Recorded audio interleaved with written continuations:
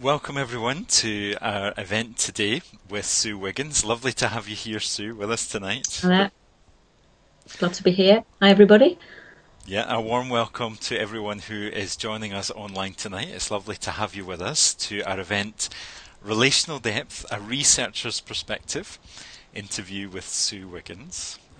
So I guess we're in a completely virtual experience, although we can see and hear each other, Sue. Yep. Yeah, we really encourage the people online to use the chat room so that we can also hear you. And Yep. I know you're really... And I can see the chat. I can see the chat room as well. So we're Sorry, John. Go ahead. To get lots of questions and comments and have a really interactive experience, I guess. Yeah. Mm-hmm. Yeah. Look forward. But because we're online, Sue, can you just let us know whereabouts in the world that you're located, please? Yes, I can. I'm in the north of England, in Preston, which is a bit miserable at the moment because it's been raining most of the day. Just a few little snippets about Preston, claims to fame, if anybody's interested. Charles Dickens visited Preston in January 1854, and did you know Hard Times was in part based on Preston? It's also famous for Wallace and Gromit. Nick Park is from Preston, who invented Wallace and Gromit, and it's England's newest city. It's England's 50th city, and became a city in the 50th year of the Queen's reign. So just a few little claims to fame about Preston. We've got to have some.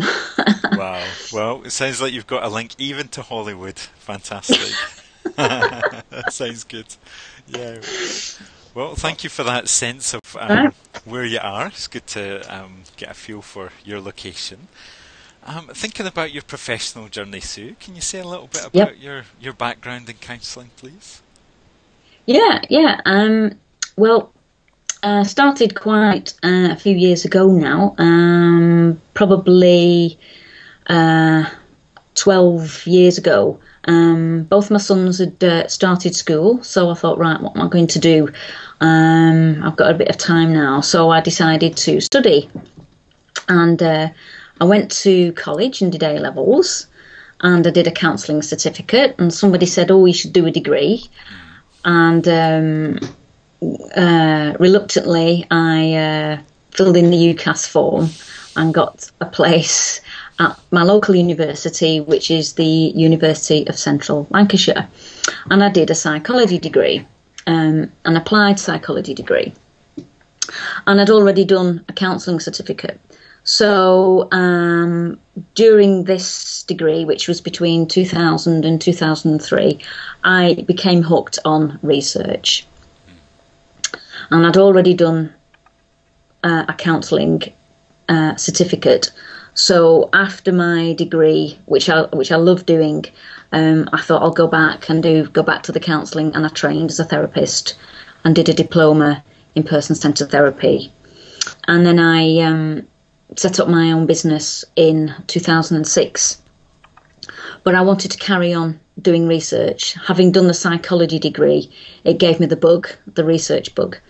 So I didn't know quite what to research. I knew I wanted to research person-centred and Carl Rogers, and I knew it had to be about therapy. And I was really interested in psychometrics. So I was at a conference, and I picked up the book, which is Relational Depth in Counselling and Psychotherapy, by Mick Cooper and Dave Mearns. That is a plug. Dave Mick, you can pay me later. Yes. I read the book, and I'm not just saying this. It is a brilliant book. There are some chapters in there which moved me to tears, and I thought, I have got to research relational depth. That's it. That's what I want to do. And I contacted Mick Cooper, and we had a chat. And I said, I'm interested in this. Anyway, to cut a very long story short, I ended up doing a master's degree, and then ended up doing a PhD, which I'm very, very close to finishing now. So that's in a nutshell, succinctly, my professional journey. I've missed lots of details out, but we'd be here all night if we went in any further detail. Yeah. Well, thank you for that. Very succinct, but I guess you've been busy for quite a long time, Sue. Yes, yeah, definitely, yeah. But it's exciting, and it's tough. It's hard work. It's a challenge, but I love it. I would encourage anybody, if they're interested, to do a PhD. A worthwhile experience. I think so. It has been for me anyway. Yeah. So, before I ask you about the research, can you give us a sense of what relational depth is? I guess just to catch that subject first of all, and then we'll ask you all about you. Definitely, yeah. Well, I've got some notes because I want to just get the quote word for word. Really, I guess this is to put people in the picture, and I'm assuming that a lot of people watching probably know and they're probably familiar with the book, but there are probably some people who don't. And relational depth, this is kind of the working definition that I've used for my research, as quoted by Mearns and Cooper in the book. They describe relational depth as, and I quote, a state of profound contact and engagement between two people, in which each person is fully real with the other and able to understand and value the other's experiences at a high level. So that's Mearns and Cooper's definition, and that is pretty much what my research is based on, that experience. Okay, thank you, Sue. That feels really clear. Great. Good. So, now that we've got the definition, can you say a little bit about what your research set out to do?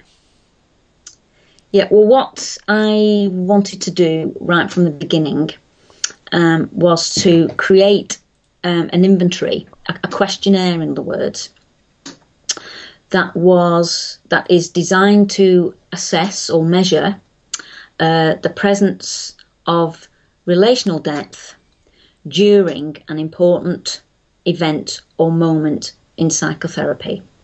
So, putting that another way, it will be looking at something important that happens to a client or therapist, but in this case, client. That's pretty much what I've focused on, is for the client.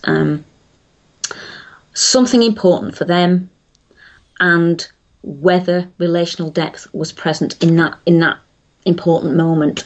So it's really quite specific. So it's that presence of that deep connection in something that the client feels was important in their therapy. So that's what you were looking to explore, and I guess that's what I was looking to do. Yeah, I was just going to add, what I then wanted to do was, once that inventory was created, I wanted to then use that to look at whether that presence of relational depth in that moment, was related, or whether it predicted improvement in therapy for the client, or whether it predicted positive outcome. So that's what I wanted to use it for, so that questionnaire, that relational depth inventory, could be used with outcome measures such as CORE. That was the main thing, really. So 2 parts to it: creating the inventory and then using it to look at outcome.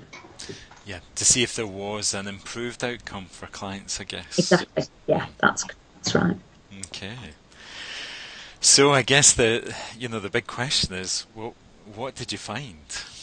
I found, well, first of all, once the inventory was created, which took a long time, and I think we're going to go into that anyway, aren't we, in a little while. But I found that, yes,